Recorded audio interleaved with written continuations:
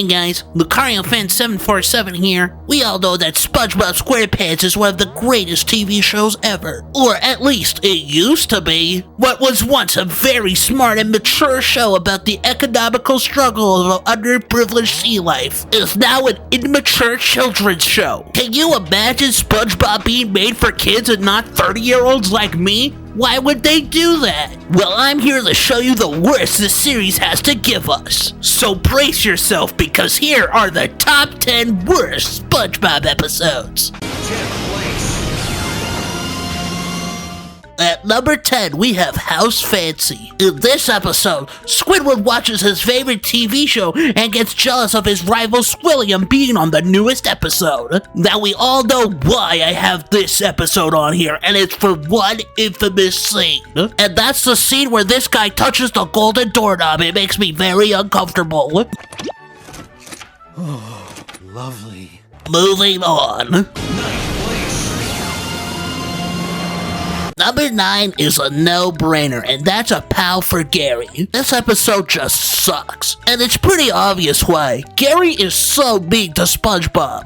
SpongeBob went out of his way to get a new friend for Gary, and Gary treats that new pal and SpongeBob like absolute shit. Terrible pet and terrible episode. And the worst part is, Gary scares away his new pal. That's just terrible! Not cool, Gary! Not cool! Number 8 is not great, because it's the Splinter. I put this episode here on the list because I got a splinter in real life and it hurt really bad. So when I saw this episode on TV, I got trauma. Now I can't sleep at night because of SpongeBob, so thanks, Nickelodeon. I have to take sleeping meds now. We're at number 7, and no, we are not in Hot Chick Heaven. Instead, we have Atlantis SquarePantis. I never actually watched this episode. I just saw YouTubers online said that it's bad. And nobody would lie on the internet. On to the next one. Number 6 on the menu, we have Squidward's Suicide. This episode is so bad, it's never even released. How can you make an episode so bad that it never comes out? Only those hack writers at Nickelodeon could pull off a stunt this bad. Let's move on. At number 5, we have Good Neighbors. The security system takes control of Squidward's house and begins attacking the city, leaving the mayor to give Squidward community services for the damages he caused. Even though SpongeBob and Patrick were in his house the whole fucking time, and were responsible for everything. Yeah, fuck this episode. Let's move on. At number 4, we have One Course Meal. This episode is one big fat lie, like the movie Big Fat Liar. It's called One Course Meal, but nobody has a one-course meal. Instead, the episode is just Plankton trying to kill himself. This has nothing to do with supper time. Let's move on before I throw up my meal, because the episode is so bad. Get it? Never mind, let's just continue. At number 3, we have And the Bags in the River. I am so confused by this episode. There's no SpongeBob in this at all. Instead, we follow this chemistry teacher, and he makes drugs? No, thank you. Ronald Reagan, the 40th U.S. president, taught me to never do drugs. I can't continue anymore. Let's move on.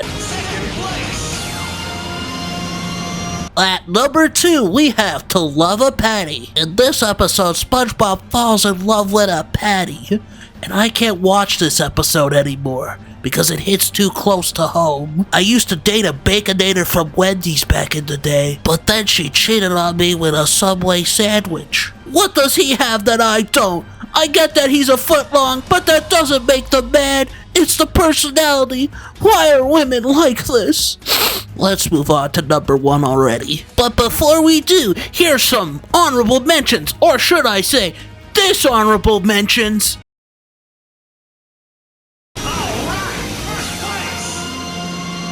And now for the #1 worst SpongeBob episode of all time. Hold on to your butts because it's Band Geeks. I mean, what's the point of this episode?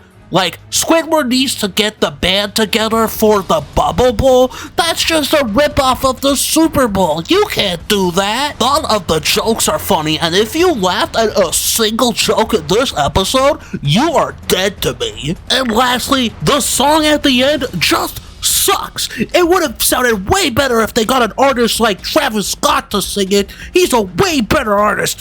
Grrr! Sorry you had to see the beast be let out. I usually don't lose my cool like that. Also, my mom told me to shut up. But something about a children's show being bad makes me mad.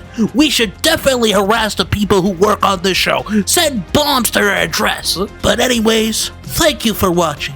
And be sure to like and subscribe. And as always, stay epic sauce. And this is Lucariofan747 signing off. I always race to win, keep running to the end. I gotta move and stay one step ahead. Stay back and watch me go the only way I know, 'cause nothing's gonna